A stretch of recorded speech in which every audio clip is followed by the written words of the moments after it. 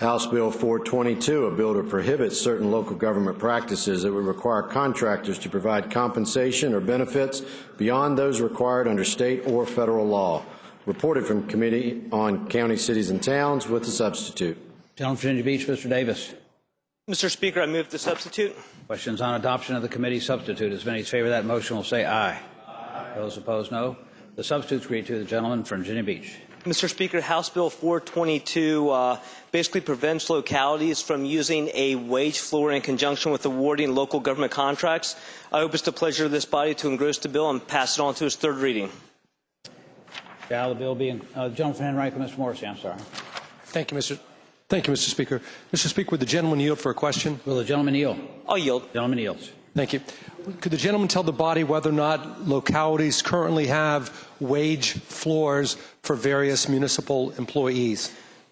Mr. Speaker, I would tell the gentleman that some localities today do utilize wage floors. To my knowledge, hopefully not in conjunction with some of the stuff we're preventing here, but some localities do believe they have that ability and are utilizing those wage floors. The gentleman yield for another question. Gentleman yield? Yes, Mr. Speaker. Gentleman yields. To the extent that the municipalities have wage floors in areas other than what you have delineated in HB 422, would those contracts with those employees be vitiated? To the extent that a locality has a wage floor in conjunction with contracts already, Mr. Speaker, I would tell the gentleman that they would not be impacted due to the exclusion that we drafted in the substitute, working with the cities of Alexandria, Arlington, and Charlottesville to make sure it did not impact existing contracts today. The gentleman yield for another question, Mr. Speaker. Will the gentleman yield? Yes, Mr. Speaker. Gentleman yields. Mr. Speaker, I see that the gentleman excludes from this bill those individuals who are employed as in janitorial services capacity or landscaping.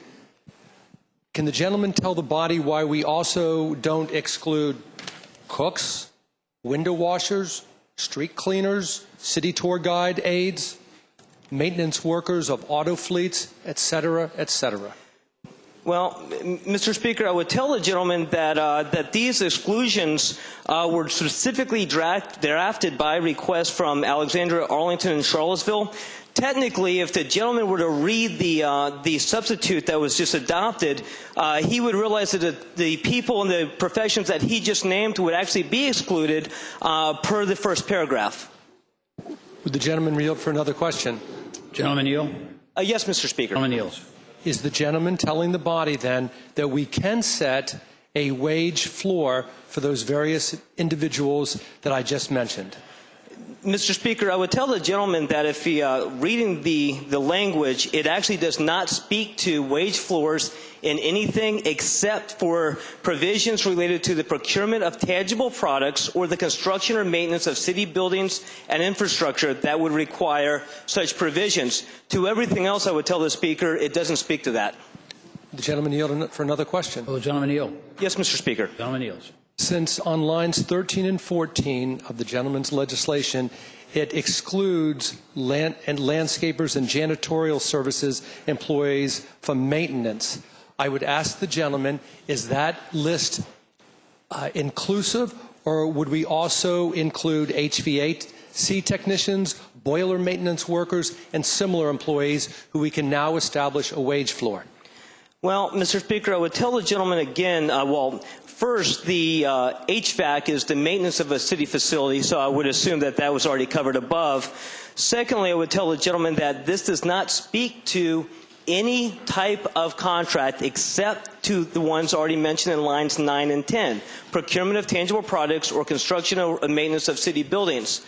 With regards to all other services, there seems to be different interpretations of whether localities have that right today, and this does not go down that road. The gentleman yield for a final question.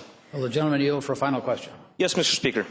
Gentleman yields. Insofar as municipalities already have existing contracts where they establish wage floors for various subs, why are we, as interfering with contracts that are already established, and what business is it of ours to tell the city of Alexandria or Virginia Beach or Wise County what contracts their municipalities can enter into?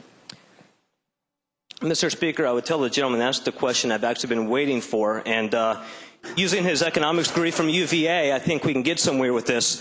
The reason why we're concentrating on these contracts is because the procurement of products or the building of municipal buildings actually increase the cost to the taxpayer. And in doing so, many of those construction projects actually have cost shares with the Commonwealth of Virginia. Those cost shares then go up, which provides less money for other localities to utilize. So if the city of Alexandria were to artificially raise the cost of their CIP projects or their capital projects and go to the Commonwealth of Virginia for assistance, there's less money for the city of Virginia Beach, the city of Fairfax, and the other cities. I would furthermore tell the gentleman that this really is a jobs bill, Mr. Speaker. You know, when you look at this from, and I like the gentleman because we both have the same background in economics, and I know in UVA they taught him opportunity cost as well. But the fallacy is that if we don't give this additional wages to certain employees, that the money just wouldn't be used for anything else. And in reality, Mr. Speaker, if you don't artificially raise the cost of certain products and construction products, you can do more, which means you can employ more people. And in this day and time, Mr. Speaker, coming off of the recession we've just had, but unemployment not being where it is, I'd like to take that money and apply it to employing more citizens across the Commonwealth, not trying to see if we can give someone an extra 50 cents an hour. Mr. Speaker, I did say it was my last question, but since it was a little more lengthy an answer than I thought, would the Speaker allow me one final question? I will. I'm not sure about him. Will the gentleman yield? Gentleman yield? I'm good, Mr. Speaker. Gentleman declines to yield. Thank you, Mr. Speaker. Shall the bill be engrossed and passed to its third reading? Those in favor of that motion will say aye. Aye. Those opposed, no. No. The bill is engrossed and passed to its third reading.